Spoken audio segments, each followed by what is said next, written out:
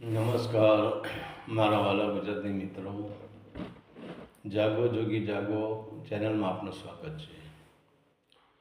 તો આજે આપણે વાત કરીશું કે ત્યાગી મોટો કે ગૃહસ્થી મોટો. હવે ખરેખર તો જે આપણે ઇતિહાસ જોઈએ કે મીરાબાઈએ કહ્યું છે કે ઝેર તો પીધા છે જાણી જાણી, મેવાડના રાણા ઝેર તો પીધા છે જાણી જાણી. તો જાણી જાણી એટલે કંઈ પેલા પેલા ઝેરની વાત નથી, પણ મીરાબાઈ સંસારના ઝેરની વાત કરે છે. અને કારણ કે જે ગૃહસ્થી જીવન છે એટલે કે જે સંસારનું જીવન છે, જે સંસારમાં રમી રહ્યો છે, અને વિચાર કરો સંસારમાં જે રમી રહ્યો છે એને પોતે મહેનત કરવી પડે છે, પોતે નોકરી ધંધો કરવો પડે છે, પોતે ખેતીવાડી કરવી પડે છે, પોતે પશુપાલન કરવું પડે છે, પોતે મજૂરી કરવી પડે છે. અને પોતે મજૂરી કરીને જે પોતાનું પાત્ર હોય છે, એટલે કે એમના પાત્રમાં જે એમના મા બાપ હોય છે, એમની પત્ની હોય છે, એમના બાળકો હોય છે, એમના નાના ભાઈ હોય છે, એમની બહેનો હોય છે, આ બધાનું પોષણ કરવાની, આ પાત્ર બજાવવાની જવાબદારી એની છે. આ પાત્રના જે પૂતળા છે એને સાચવવાની જવાબદારી એની છે. તો હવે ગૃહસ્થ જીવનમાં રહીને એટલે કે સંસારમાં રહીને જે સંસારમાં રમી રહ્યો છે એ બંને કામ કરી રહ્યો છે. એક તો પોતાનું પાત્ર પણ ભજવી રહ્યો છે, અને પોતાના જે મા બાપ હોય, પોતાની પત્ની હોય, પોતાના બાળકો હોય, અને પોતાના જે સમાજમાં જે સામાજિક કાર્ય હોય એમાં પણ એ ફાળો આપતો હોય છે. એમાં પણ કોઈનું સત્યકર્મ કરતો હોય છે, ક્યાંક ધાર્મિક કાર્ય હોય ત્યાં પણ એ ફાળો આપતો હોય છે, ત્યાં પણ એ પુણ્યદાન થોડું ઘણું એની કેપેસિટી પ્રમાણે કરતો હોય છે, અને દરેક પ્રસંગોમાં હાજરી આપતો હોય છે. અને બીજા નંબરે કે ભલે એ ગમે એવું કરતા તો સમાજ છે, જેમ આપણી 5 આંગળીઓ સરખી નથી એમ સમાજ પણ 5 તત્વમાંથી બનેલો છે, અને 5 તત્વનો વિરોધ છે. એમ આ બધા સમાજ એક વિરોધી તત્વ છે, અને કોઈ એના પાછળ એની કેવી વાતો કરતું છે, કોઈ એના પાછળ એની કેવી વાતો કરતું, કોઈ એને મેણાઈ મારતું છે, કોઈ એને ટાણાઈ મારતું છે, કોઈ એના પ્રત્યે અવિવેકે કરતું છે, કોઈ એના પ્રત્યે વેરઝેરે રાખતું છે, કોઈ વાર એને નીચો પાડવાની કોશિશ કરતું છે, કોઈ એને બદનામ પણ કરતું છે. તો આવ્યા અસંખ્ય પ્રકારના જે ઝેર છે સંસારના, તો એ અસંખ્ય પ્રકારના ઝેર કોણ પી શકે છે અને નીલકંઠ કોણ બની શકે છે? આપણે માનીને કે ભોળેનાથે તો દરિયામાંથી સમુદ્ર મંથન કર્યું ને એમાંથી જે ઝેર નીકળ્યું એ ભોલેનાથ પી ગયા ને એને નીલકંઠ કહેવાના. પણ એથી એ ખરાબ ઝેર, એ જે ઝેરને ગળામાં ઉતારી નાખે એ સમાજનું ઝેર છે, એ સંસારનું ઝેર છે, એ જગતનું ઝેર છે, એ કુટુંબનું ઝેર છે, એ તમારા બાળકોનું ઝેર છે. તમે વિચાર તો કરો, આજે આપણે જો કે જે બાળકોને આપણે 18-20 વર્ષના આપણે બાળકોને કર્યા, એમને અભ્યાસ કરાવ્યો, એમના પાછળ ખર્ચો કર્યો, એમના ધામધૂમથી એમના લગ્ન કરાવ્યા, એમના માટે મકાન બનાવી આપ્યા, અને આજે આપણી જ્યારે બાળકોની ઉંમર 40-45 વર્ષની થાય ત્યારે એ જ બાળક કહે કે તમે બેસી રહો, તમને કંઈ ખબર પડે નહીં. તો હવે શું છે? આ ઝેર જ છે. અને બાળકની જે આપણે દીકરાની જે પત્ની આપણે લાવ્યા હોય, અને એ પત્ની પણ આપણા ઘરમાં આવીને આપણા પાવર જ્યારે કરતી હોય અને આપણને મેણા ટાણા મારતી હોય, તો માની લો કે આ બધા સંસારના ઝેર જ છે, આ બધા જગતના ઝેર જ છે. અને આ ઝેર કોણ પી શકે? આ નીલકંઠ કોણ બની શકે? તો જે ગૃહસ્થી છે એ જ નીલકંઠ બની શકે. અને એ જે નીલકંઠ બન્યો એ જ પૂજાય, એ જ આગળ જાય. બાકી ઝેર પીધા સિવાય તો આગળ જવાતું નથી. અને આ સંસારના જે શબ્દોના ઝેર છે, પેલા ઝેર તો સારા, એ ઝેર પીવે એટલે માણસ મરી જાય. જાણો કે સર્પદંશ થાય તો જે માણસને સર્પદંશ થયો હોય અને એ સર્પદંશ જેને થયો એ એક જ માણસ મરી જાય, કારણ કે સાપનું જે ઝેર છે એ એક જ માણસને મારી નાખે છે. પણ આ જગતના જે શબ્દોનું ઝેર છે, અને એ શબ્દોનું ઝેર તો તમે જુઓ, એક માણસને નહીં પણ આખા કુટુંબને બરબાદ કરી દેશે, આખા પરિવારને બરબાદ કરી દેશે, આખા સમાજને બરબાદ કરી દેશે. તો આ સંસારનું ઝેર છે. અને તમે જુઓ આજ સુધીના તમે આપણે રેકોર્ડ જુઓ, આજ સુધીનો ઇતિહાસ જુઓ કે જે માણસો નીલકંઠ બની ગયા, એટલે કે જેને સંસારના ઝેર પીધા અને જે ગૃહસ્થી ધર્મમાં રહ્યા, અને ગૃહસ્થી ધર્મ એટલે એક તમારી કસોટી છે, એક તમારી પરીક્ષા છે.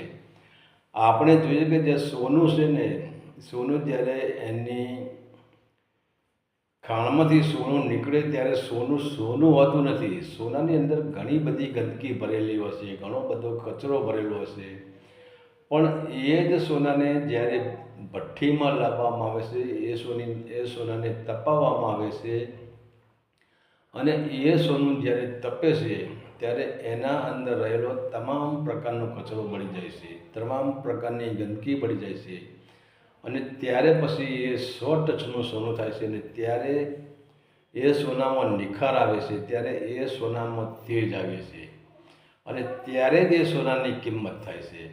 અને ત્યાર પછી એ સોનાના ઘાટ ઘડાય છે, અને ઘાટ ઘડાય ત્યાર પછી એ સોનાની કિંમત કરતાં પણ ઘાટ જ્યારે ઘડાય ત્યારે એની કિંમત વધી જાય છે. તો જેમ આપણે જોઈએ કે એક લોખંડનો ટુકડો છે. હવે એ લોખંડનો તમારો 1 કિલોનો ટુકડો હોય અને તમે જો એ ટુકડાને બજારમાં ભંગારમાં વેચવા જશો, ટુકડો જ લઈને, તો એ ટુકડાના તમને કોઈથી 15 થી 20 રૂપિયા જ આપશે, એથી વધારે કોઈ આપવા તૈયાર નથી. પરંતુ હવે એ જ ટુકડાને આપણે લોહારની ભઠ્ઠીમાં લઈ જઈએ અને એ જ ટુકડાને ભઠ્ઠીમાં ઓગાળીએ, અને ઓગાળીને એને એરણ ઉપર મૂકીએ, અને એરણ ઉપર મૂકીને એને આપણે હથોડાના ઘા મારીએ, અને હથોડાના ઘા ખાઈને જે લોખંડનો ટુકડો કોઈ હથિયાર બની જાય, એનો કોઈ પણ પ્રકારનો એનો ઘાટ ઘડાઈ જાય, તો ભલે એ લોખંડનો ટુકડો પહેલાં જ્યારે તમે ભંગારમાં વેચવા જતા ત્યારે એ 15 થી 20 રૂપિયામાં જતો હતો, પણ આજે એ જ ટુકડો લોહાની ભઠ્ઠીમાં તપ્યો છે, એ જ ટુકડો એરણ ઉપર ચડ્યો છે, અને એ જ ટુકડાએ હથોડાના ઘા ખાધા છે, ત્યારે જ એ ટુકડાનો ઘાટ ઘડાયો છે. અને જ્યારે ઘાટ ઘડાયો છે ત્યારે એ જ ટુકડો તમને જે 20 રૂપિયામાં જતો હતો, એ જ ટુકડો તમને 2000 રૂપિયા આપી દેશે. તો એની 100 ગણી કિંમત થઈ જાય છે.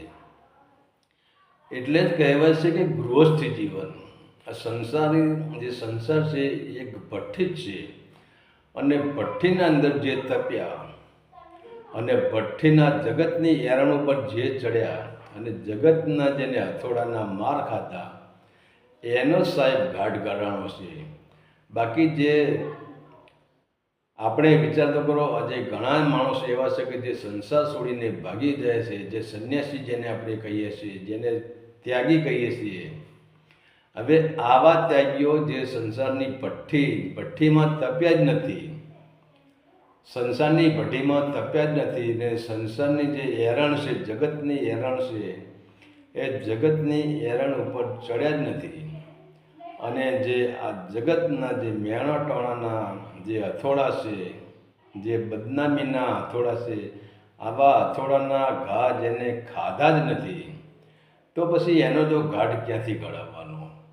અને બીજા નંબરે આપણે વિચારો કે શરીરને અને ભક્તિને કંઈ લેવા દેવા નથી. તમે સંસાર છોડીને તમારું શરીર બહાર જતું રહેશે.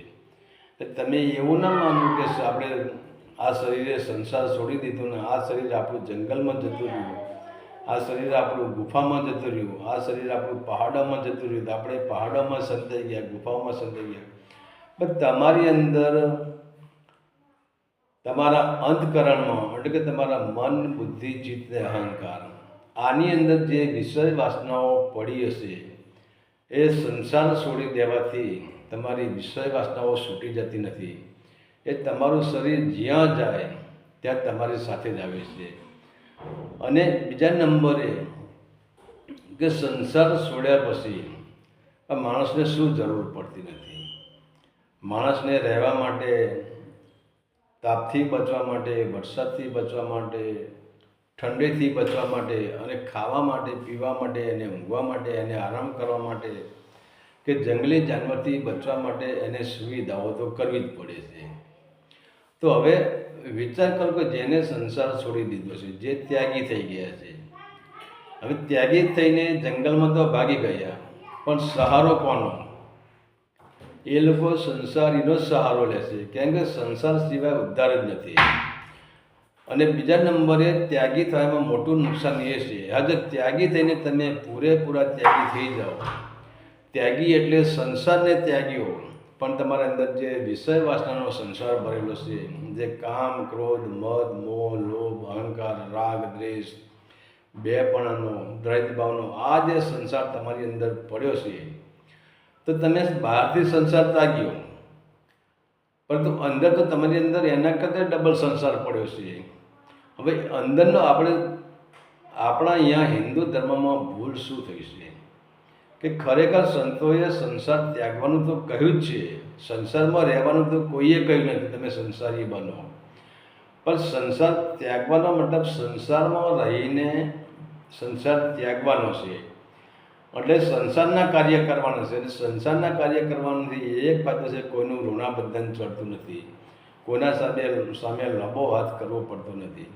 અને તમે જુઓ, આપણે બહારથી સંસાર ત્યાગ્યો, પણ અંદર તો આપણો સંસાર ભર્યો છે. હવે એ સંસારને પોષણ આપવા માટે પાછું શું છે, આપણે સંસારી તરફ હાથ લંબાવવા પડશે. માનો કે આપણને ઠંડીનું રક્ષણ, ગરમીનું રક્ષણ, વરસાદનું રક્ષણ, એ માટે તમારે સેવકો કરવા પડશે. આ તમે બાળકોને છોડ્યા તો તમે સેવકો કર્યા, તમારો પરિવાર છોડ્યો તો બીજો પરિવાર કર્યો, તમારું કુટુંબ છોડ્યું તમે બીજો કુટુંબ બનાવ્યું, તમારો સમાજ છોડ્યો તમે બીજો સમાજ બનાવ્યો.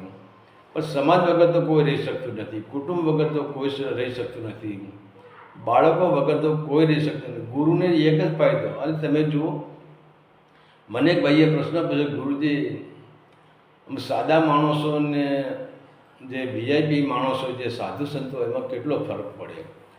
મેં તો એમાં બીજો કંઈ ફરક ના પડે. જે સાદા માણસો હોય એને એક જ કમાવ દીકરો હોય, એટલે એમને પોતાને પણ મહેનત કરવી પડે. અને જે વીઆઈપી જે ફરી રહેશે એમને એક નહીં, એમને હજારો કમાવ દીકરા હોય, અને હજારો કમાવ દીકરા એમને કમાઈને આપતા હોય, ત્યારે જ આ લોકો ગાદી પર બેસી શકે, કે પોતે તો મહેનત કરવાની નથી. અને બીજા નંબરે આપણે આજે જોઈએ છે કે જે શરીર જે આપણે રંગી નાખ્યું, ઉપર ભગવા કપડાં પહેરી લીધા, એ જટા વધારવામાં તો કંઈ પૈસા આપવાના નથી, દાઢી વધારવામાં ક્યાંય પૈસા આપવાના નથી, અને ખર્ચો થાય તો ભગવા કપડાનો થોડો ઘણો ખર્ચો થાય, બાકી બીજો કોઈ ખર્ચો છે નહીં. અને સારામાં સારો ઓલ ધ બેસ્ટ, સારામાં સારો ધંધો વાળે. પણ એ આપણે સમજતા નથી કે આપણે ઉપર કપડાં પહેરી લીધા, પરંતુ અંદર તો આપણે મનોનું તો આપણું રંગાણું જ નથી. અને ઉપર જો કપડાં પહેરવાથી તમે સંન્યાસી થઈ જતા હોય, તમે સાધુ થઈ જતા હોય, તમે સંત થઈ જતા હોય, તો તમારો એ ત્યાગ બરાબર છે, પણ આપણો બહારથી કપડાં રંગવાથી ત્યાગી બની જવાનું નથી. અને બીજા નંબરે ત્યાગી બનીને પણ આપણે સંસારમાં તો રહેવું જ પડશે, સંસારના સહારે જ જીવન જીવવું પડે છે. અને જેને આજે આપણે ઇતિહાસ જોઈએ છે, જે સંતોના ઇતિહાસ જોઈએ છે, તો એ સંતોનું જીવન ચરિત્ર જુઓ. કોઈ સંત આજે એવો નહીં કોઈ જેને સંસાર ત્યાગ્યો છે, જે ગૃહસ્થી જીવન જ એ લોકો જીવ્યા છે. અને ગૃહસ્થી જીવન એ જ સર્વશ્રેષ્ઠ જીવન છે, કેમ કે ગૃહસ્થી જીવનમાં તમે ક્યાંય બંધાયેલા નથી, તમારે કોઈને સામે ઋણાબંધન તમારું ચડતું નથી. તમારે 5,000ની જરૂર પડી, તમે મહેનત કરીને 5,000 કમાઈ લેશો, તમારે કોઈના જોડે લોભ વાત કરવાની વાત રહેતી નથી, તમે સ્વયં મુક્ત છો. પણ જે બહારની આશાએ આપણે જીવન જીવીએ છીએ, લોકોના આપણે એમ વિચારીએ કે આપણે 1,000 સેવકો થઈ જાય તો આપણે મહેનત ના કરવી પડે તો આપણે 1000 માણસો આપણા જે સેવકો છે, આપણા શિષ્ય છે, અને એ આપણું ભરણ પોષણ કરી રહ્યા છે, તો એમને કંઈક ઈચ્છા તો હશે જ ને, એમની કંઈક ભાવના તો હશે ને. અને એમની ભાવના શું પડી છે? આપણે વિચાર કરીએ, એક માણસ ધંધો કરે છે, ધંધો કોઈ નુકસાન ખાવા તો કરતું જ નથી, તો એ માણસ એવો વિચારે છે કે મારા ગુરુજીને હું 5000 રૂપિયા આપું તો મને પુણ્ય મળે. તો હવે વિચાર કરો, એના 5000 રૂપિયા ગુરુજીએ લઈ લીધા, પણ ગુરુજીને ખબર છે કે મારા અંદરથી જે માઇનસ થઈ જવાનું છે, મારા કર્મમાં જે સત્કર્મ છે માઇનસ થઈ જાય, એનું પણ સામાન્ય મળવાનું છે. તો પછી આપણે શું રહેશે? તો કહેવાનો મતલબ છે કે જીવન જીવો તો ગૃહસ્થી જીવન જીવો, અને ગૃહસ્થીમાં ત્યાગી બનો. ત્યાગીનો મતલબ એ નથી કે તમે સંસાર છોડીને બહાર ભાગી જવાનો. ગૃહસ્થીમાં હોવા છતાં વિષય વાસનાઓ, કામ, ક્રોધ, મદ, મોલો, આનાથી આપણે ત્યાગી બનવાનું છે, અને અંદરથી ત્યાગી બનવાનું છે. બહારથી ત્યાગી બનવાથી કોઈ ફાયદો નથી. હરિ ઓમ તત્સત. આદેશના પ્રણામ.